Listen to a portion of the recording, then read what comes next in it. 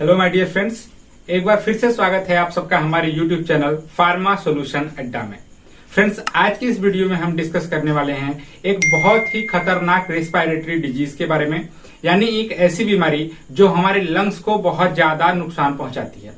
अभी तक हमने देखा कोरोना, स्वाइन फ्लू और इन सब का नाम हमारे सामने आया था। जी हाँ, आज हम स्वाइन फ्लू के बारे में बात करेंगे। कोरोना के बारे में सबको पता है, इन्फ्लुएंजा के बारे में सबको पता है, फ्लू के बारे में सबको पता है। इन्फ्लुएंजा पे मैंने वीडियो भी बना के रखा। अगर आपको इन्फ्लुएंजा अभी तक नहीं समझ में आया है तो आप वीडियो जाके देख सकते हैं हमारे चैनल पे। आज हम बात करेंगे स्वाइन फ्लू के बारे में। स्वाइन फ्लू क्या होता है, कैसे शुरुआत हुई थी इसकी, कहां से शुरुआत हुई थी, कब शुरुआत हुई थी, किन कारणों से ये होता है, ये सब हम डिस्कस करेंगे। तो वीडियो को स्टार्ट करने से पहले हम आप सबसे रिक्वेस्ट करना चाहेंगे कि अगर आप हमारे चैनल पे नए हैं तो हमारे चैनल को सब्सक्राइब कर लें और बेल आइकन को प्रेस कर लें, ताकि ऐसी ही इंफॉर्मेटिव वीडियोस जब हम अपलोड करें तो उसका नोटिफिकेशन आप तक जरूर पहुंचे। तो चलिए स्टार्ट करते हैं आज का वीडियो। फ्रेंड्स, आज के इस वीडियो में हम डिस्कस करेंगे स्वाइन फ्लू के बारे में। स्वाइन फ्लू का नाम, स्वाइन मतलब होता है पिग्स, पिग्स यानी कि सुअर। सुअरों में होने वाली एक बीमारी थी जो कि 2009 में देखी गई थी। पूरे विश्व में इसकी महामारी आई थी 2009 में, और इसके बाद से लोग इससे इम्यूनिटाइजेशन थोड़ा सा बढ़ गया, जिससे लोग अभी भी ये होता है लेकिन लोगों को पता नहीं चलता है और होने के बाद खुद से ठीक हो जा रहे हैं। क्योंकि ये एक ऐसी बीमारी है जो कि एक वायरल फ्लू की तरह है। जैसे नॉर्मल फ्लू होता है, सर्दी खांसी जुकाम, उसी तरह होती है। कभी कभी रेयरेस्ट केस 2-4% केसेस ऐसे आते हैं जिनमें बहुत ज्यादा रेयर कंडीशन हो जाती है, जो थोड़ा क्रिटिकल कंडीशन हो जाती है। तो एक एक करके हम डिस्कस करेंगे शुरू से ये होता क्यों है, कब आया था और इसके कौन कौन से सिम्टम्स हैं, इसके बारे में थोड़ा डिस्कस कर लेते हैं। तो फ्रेंड्स, यहाँ पे मैंने लिख रखा है कि एक वायरल इन्फेक्शन होता है जो कि पिग्स में यानी कि सुअरों में सबसे पहले स्टार्ट हुआ था। सुअरों में ये फैलना स्टार्ट हुआ, फिर सुअर से ह्यूमन में यानी कि पिग्स से ह्यूमन में भी ट्रांसमिशन इसका होना शुरू हो गया। कुछ मोड ऑफ ट्रांसमिशन हुए, जैसे मैं आपको बताऊंगा कि कैसे सुअर से इंसानों में फैलता है ये, तो इसके बारे में हम डिस्कस करेंगे।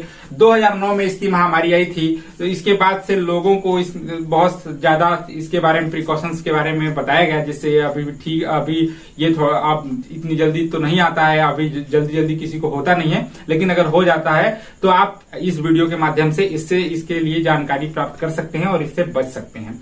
तो देखिए, 2009 में आने के बाद क्या हुआ कि लोग इससे थोड़ी बहुत इम्यूनिटी उनके अंदर डेवलप हो गई और इस बीमारी से वो ऑटोमेटिक उनके अंदर एक इम्यून सिस्टम डेवलप हो गया, जिससे वो बच जा रहे हैं। आज भी हो रहा है लेकिन पता नहीं चलता। लेकिन थोड़ा सा डिस्कस कर लेते हैं कि कौन से एजेंट हैं ऐसे, यानी कि कौन से कारण है ऐसे जिनसे ये बीमारी होती है। तो मैं बताना चाहूंगा कि इन्फ्लुएंजा, जैसा कि आप लोगों ने सब नाम सुना है, इन्फ्लुएंजा या फ्लू का नाम सुना है। फ्लू एक बीमारी है जो कि वायरल इन्फेक्शन है। जैसे कि फ्लू का ही एक पार्ट होता है जिसका नाम है इन्फ्लुएंजा, या इन्फ्लुएंजा एक वायरस होता है। उसके एक स्ट्रेन का नाम है H1N1। स्ट्रेन मतलब आप समझ पा रहे होंगे, जैसे कोरोना के इतने सारे स्ट्रेन आए थे, उसी तरह इन्फ्लुएंजा के भी बहुत सारे स्ट्रेन हैं, यानी कि बहुत सारे अलग अलग वेरिएंट हैं इसके, जिनके से अलग अलग तरह की सिम्टम्स वाली बीमारियां होती हैं। सब रेस्पिरेटरी डिजीज ही, यानी कि हमारे लंग्स को ही ये इनडायरेक्टली बहुत ज्यादा नुकसान पहुंचाती हैं, लेकिन अलग अलग थोड़े बहुत सिम्टम्स चेंजेस हैं, इसलिए नाम भी बदल चुका है और सब अलग अलग वेरिएंट की वजह से होता है। अब बात करते हैं ये बीमारी H1N1 एक वेरिएंट है इसी इन्फ्लुएंजा टाइप ए। इन्फ्लुएंजा के बारे में बताऊं कि इन्फ्लुएंजा जो वायरस होता है वो 2 टाइप का होता है, एक इन्फ्लुएंजा टाइप ए और एक इन्फ्लुएंजा टाइप बी। और ये जो इन्फेक्शन है, यानी कि स्वाइन फ्लू जो सुअरों में होना स्टार्ट हुआ, वो इन्फ्लुएंजा टाइप ए के स्ट्रेन H1N1 की वजह से होना स्टार्ट हुआ था। 2009 में ये महामारी आई। इसके बाद अब हम बात कर लेते हैं सोर्स ऑफ इन्फेक्शन कौन कौन से बने, यानी इसके फैलने का कौन सा स्रोत सबसे पहले सामने आया था। तो सबसे पहले इसके जो ट्रांसमिशन हुए वो सुअर से, पहले सुअर से जो जितने भी सुअर इन्फेक्टेड थे, यानी जितने भी पिग्स में इसका इन्फेक्शन हुआ, वो पहले एक दूसरे में उन पिग्सों में हुआ। रेयर है ये, ह्यूमंस में बहुत रेयर है ये बीमारी। पहले उन्हीं स्वाइन्स में यानी कि पिग्स वगैरह में ही होता है, सुअरों में ही ये बीमारी होती है। तो उनमें फैलने के बाद कुछ ऐसे मोड ऑफ ट्रांसमिशन हैं जिनसे इंसानों में आता है। आप समझ पा रहे होंगे, बहुत लोग सुअर वगैरह खाते भी हैं, यानी कि उनका गोश्त वगैरह यूज करते हैं खाने में, तो उसके थ्रू ये फैलना स्टार्ट हो गया। कुछ इन्फेक्टेड सुअर थे जिनसे क्या इंसान उनके कांटेक्ट में आए और उनसे निकलने वाले वेस्ट मटेरियल या उन्हें खुद वो खाकर इन्फेक्टेड हो गए।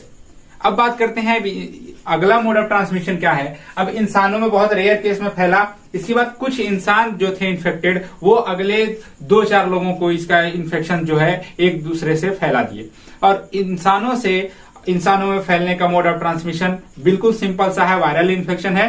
तो स्नीज करने से यानी छींकने, खांसने या किसी से बात करने से ये वायरल इन्फेक्शन एक व्यक्ति से दूसरे व्यक्ति में ट्रांसमिट हो जा रहा था और आज भी यही हो रहा है। अगर आप इन्फेक्टेड हैं इस बीमारी से, फॉर एग्जाम्पल कोरोना का ही ले लीजिए, सेम उसी कैटेगरी के सारे वायरसेस हैं ये। अगर आप किसी व्यक्ति से ज्यादा नजदीक होकर बात कर रहे हैं या उसके सामने छींक रहे हैं, खांस रहे हैं या कुछ ऐसे ऑब्जेक्ट यानी कुछ ऐसी चीजों को छू रहे हैं जिसे अगला जो नॉर्मल आदमी है वो छू ले रहा है, तो उसे भी ये इन्फेक्शन हो जाएगा। ठीक है, तो ये थे इसके मोड ऑफ ट्रांसमिशन। अब बात करते हैं इंक्यूबेशन पीरियड, यानी कुछ ऐसे समय अंतराल जिनके कुछ उसी टाइम पीरियड्स में ये हमारी बॉडी के अंदर डेवलप होते हैं। लगभग 1 से 4 दिन तक ये हमारी बॉडी के अंदर इंक्यूबेट होता है, यानी कि पनपता है या मेच्योर होता है। इसके बाद इंक्यूबेशन पीरियड के बाद अब आता है कंटेजियस पीरियड, यानी कि कितने दिनों में ये बहुत ज्यादा संक्रामक हो जाता है, फैलने योग्य हो जाता है, बहुत ज्यादा महामारी आ सकती है इससे। तो लगभग जिस व्यक्ति में ये इन्फेक्शन हुआ 1 से 4 दिन तक इंक्यूबेट हुआ इसके अंदर ये वायरस, और फिर 5 से 7वें दिन के अंदर ये क्या हो गया, एक व्यक्ति से दूसरे व्यक्ति में ट्रांसमिट होना शुरू हो गया, यानी कि फैलने लगा।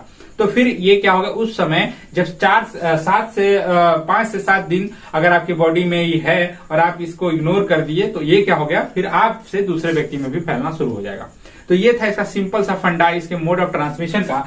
अब बात करते हैं हम इसके न्यूट्रिशन वगैरह के बारे में कि अगर आपको हो जाए तो आपको क्या खाना है, क्यों खाना है, किस लिए आपको खाने से इससे क्या लाभ है, ये हम बताना चाहेंगे। वायरल इन्फेक्शन से बचने के लिए सबको पता है कि विटामिन सी बहुत जरूरी है, तो जितना हो सके सिट्रस फ्रूट वगैरह खाएं जिससे आपकी इम्यूनिटी बढ़े, आपकी सेल्फ इम्यून सिस्टम जो है वो बहुत ज्यादा स्ट्रांग हो, जिससे आप इस बीमारी से लड़ सकें। ठीक है, वैसे ज्यादातर केसेस ऐसे हैं जो ऑटो इम्यून सिस्टम की वजह से खुद से भी ये बीमारी ठीक हो जाती है। इसका कोई इलाज नहीं बना है, आप सबको पता है, इसकी कोई वैक्सीन नहीं बनी है अभी तक, जिसकी वजह से क्या है, ये सिर्फ और सिर्फ इम्यून सिस्टम की वजह से ही ठीक हो सकता है। ज्यादा संक्रामक हो जाएगा तो लंग्स वगैरह में जब इन्फेक्शन ज्यादा हो जाएगा तो रेयरेस्ट 1% चांसेस ऐसे हैं जिसमें मौत हो जाती है, नहीं तो ये खुद से ठीक हो जाता है। आदमी अगर उसका लाइफ स्टाइल बढ़िया है, सब कुछ अच्छा है, तो ये ठीक भी हो जाएगा। अब बात करते हैं हम इसके मोड ऑफ ट्रांसमिशन की। मैंने बता दिया कि पिग्स टू पिग कांटेक्ट, अगर कोई सुअर से सुअर के कांटेक्ट में पहले उनमें फैलेगा, अगर फिर ह्यूमंस में रेयर है तो ह्यूमंस से पिग से ह्यूमंस में फैलेगा, और फिर ह्यूमन टू ह्यूमन। 3 केसेस हैं, पहले सुअर से सुअर में, फिर सुअरों से फिर इंसानों में, इंसानों से फिर अदर इंसानों में, ऐसे करके ये फैल जाता है। ठीक है, तो जहां मैं समझाने की कोशिश कर रहा हूं आपको बहुत सी सिंपल लैंग्वेज में, ताकि आपको समझ में आ सके। कुछ इसके सिम्टम्स हैं, जैसे कि बॉडी एच, वही नॉर्मल सिम्टम्स जो फ्लू के सिम्टम्स होते हैं, कॉमन कोल्ड के सिम्टम्स होते हैं, वही सिम्टम्स है। बॉडी एच यानी कि शरीर में दर्द होगा, ठंडी लगेगी, और कफ हेडेक यानी कि खांसी आएगा, सर दर्द होगा, वोमिटिंग उल्टी हो सकती है, स्नीजिंग छींक आएगा, सोर थ्रोट यानी गले में खराश हो सकती है, टायर्डनेस बहुत ज्यादा रहेगी, बहुत ज्यादा वीकनेस रहेगी, और ट्रबल इन ब्रीदिंग यानी कि सांस लेने में बहुत ज्यादा दिक्कत होगी। ये सारे सिम्टम्स अगर आपको देखने को मिलते हैं तो आप जल्द से जल्द इसका टेस्ट करवाएं। हो सकता है कि ये स्वाइन फ्लू भी या इन्फ्लुएंजा का इन्फेक्शन आपको हो सकता है। ठीक है, इसको इग्नोर नहीं करना है। आपको अवेयर करने के लिए हमने ये वीडियो बनाया है। खुद से इलाज भी ना करें, हम इसमें इलाज बता भी नहीं रहे हैं। बहुत सारे एंटीवायरल ड्रग्स हैं जो इसमें चलती हैं, लेकिन हम उसका इलाज हम आपको नहीं बता सकते हैं। ये आप किसी फिजिशियन से कंसल्ट करके ही ले। हम ये वीडियो सिर्फ और सिर्फ ट्यूटोरियल के लिए बनाए हैं ताकि आप इसके बारे में समझ सकें और अवेयर हो सकें। अब ट्रीटमेंट की बात अभी कर रहे हैं तो हम बता देना चाहते हैं आपको कि इसका ट्रीटमेंट सिर्फ और सिर्फ 2-4 प्रिकॉशंस हैं जिनसे आप इससे बच सकते हैं। यानी जब किसी इंसान को हुआ तो या सबसे पहले हम शुरुआती दौर की बात करें तो सबसे पहले आपको पिग से अपना कांटेक्ट या पिग से पिग की कांटेक्ट पहले ब्रेक डाउन कर देनी है। यानी जब किसी सुअर से सुअर का कांटेक्ट नहीं रह जाएगा तो उनमें जो फैल रहा है संक्रमण वो रुक जाएगा। इसके बाद अगर आप पिग्स के कांटेक्ट में कोई इंसान आ रहा है तो उसका क्या करें, उससे उसको आइसोलेट कर दें ताकि सुअर से इंसानों में न फैले। फिर अगर इंसानों में हो चुका है तो उस इंसान को 1 हफ्ते के लिए आइसोलेट कर दें, जैसा कि वायरल इन्फेक्शन में किया जाता है। उसको सोसाइटी से अलग कर दें, उसका खाना पानी अलग कर दें, ताकि क्या हो सके, वो उस इन्फेक्शन को दूसरे में न फैला सके। ठीक है, उसके छुए हुए ऑब्जेक्ट यानी उसकी छुई हुई चीजों को आप न टच करें। यही सारे प्रिकॉशंस हैं जिनसे आप बच सकते हैं। कुछ आप अपनी डाइट में शामिल करें, जितना ज्यादा हो सके लिक्विड अपने बॉडी के अंदर इंटेक करें, जैसे कि सूप वगैरह, जूस, या बहुत सारा कम से कम 4 से 5 लीटर पानी आप इंटेक करें अपने बॉडी के अंदर। ये सारे प्रिकॉशंस अपना के आप इस जो वायरल इन्फेक्शन है इससे बच सकते हैं, स्वाइन फ्लू से आप बच सकते हैं। ठीक है, इतने सारे प्रिकॉशंस और कुछ ट्रीटमेंट में और एंटीवायरल ड्रग्स वगैरह, जैसे कि अभी रेमडेसिविर वगैरह चल रही है, ये सब चलता है, लेकिन इसका अभी हम आपको एक फिक्स डोज या कोई भी ऐसा चीज नहीं बताएंगे जिससे आप खुद से इसको लेने लगे। तो आप ऐसा बिल्कुल ना करें। हम आपसे रिक्वेस्ट कर रहे हैं कि ये वीडियो सिर्फ और सिर्फ ट्यूटोरियल के लिए है। अगर आप इसका यूज करेंगे तो उसका आपकी बॉडी पे गलत इफेक्ट पड़ेगा, क्योंकि हर ड्रग का कुछ ना कुछ साइड इफेक्ट होता है जिससे ये जानलेवा साबित भी हो सकते हैं। ठीक है, तो आपको ये सब नहीं करना है। जितना चीजें मैंने बताया, अगर आपको कोई डाउट हो तो आप कमेंट बॉक्स में कमेंट करके पूछ सकते हैं, हम उसका जवाब जरूर देंगे। तो अगर आपको वीडियो अच्छा लगा हो तो हमारे चैनल को सब्सक्राइब कर लें और बेल आइकन को जरूर प्रेस करें, ताकि ऐसी इन्फॉर्मेटिव वीडियोस जब हम बनाएं तो उसका नोटिफिकेशन आप तक जरूर पहुंचे। Thank you.